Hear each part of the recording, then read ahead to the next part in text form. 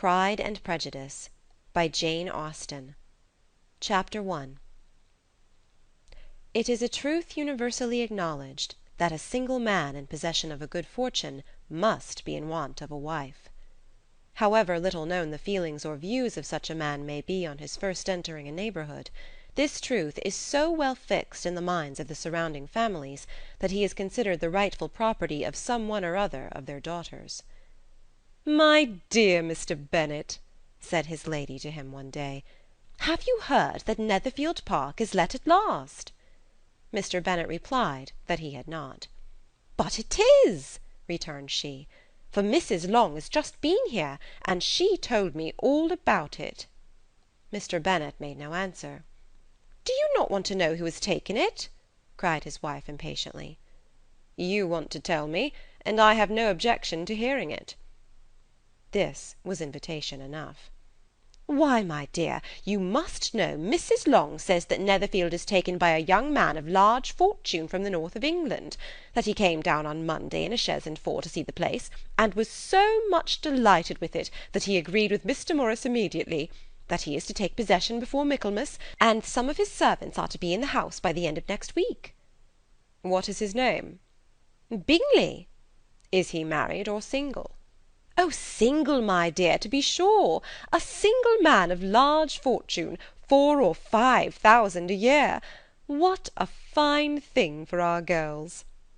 "How so? How can it affect them?" "My dear Mr. Bennet," replied his wife, "how can you be so tiresome? You must know that I am thinking of his marrying one of them."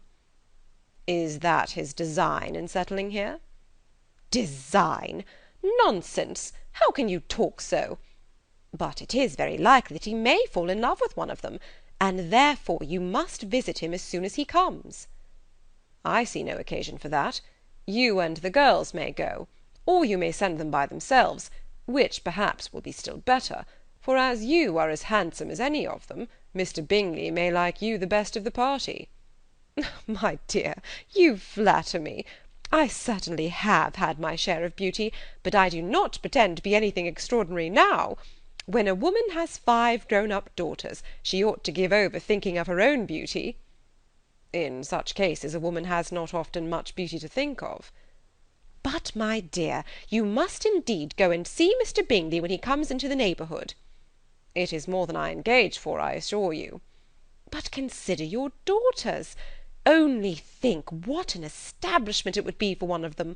Sir William and Lady Lucas are determined to go, merely on that account, for in general, you know, they visit no newcomers. Indeed you must go, for it will be impossible for us to visit him if you do not." "You are over scrupulous, surely. I dare say Mr. Bingley will be very glad to see you, and I will send a few lines by you to assure him of my very hearty consent to his marrying whichever he chooses of the girls, though I must throw in a good word for my little Lizzy." "I desire you will do no such thing. Lizzy is not a bit better than the others, and I am sure she is not half so handsome as Jane, nor half so good-humoured as Lydia. But you are always giving her the preference." "They have none of them much to recommend them," replied he. "They are all silly and ignorant, like other girls, but Lizzy has something more of quickness than her sisters." "Mr. Bennet, how can you abuse your own children in such a way? You take delight in vexing me. You have no compassion for my poor nerves." "You mistake me, my dear. I have a high respect for your nerves. They are my old friends. I have heard you mention them with consideration these last 20 years at least." "Oh, you do not know what I suffer."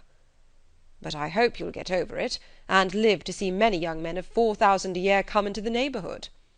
"It will be no use to us if 20 such should come, since you will not visit them." "Depend upon it, my dear, that when there are 20, I will visit them all."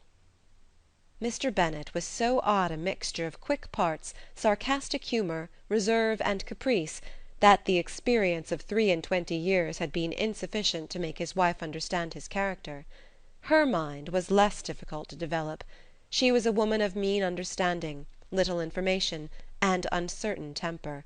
When she was discontented, she fancied herself nervous. The business of her life was to get her daughters married, Its solace was visiting and news. Chapter 2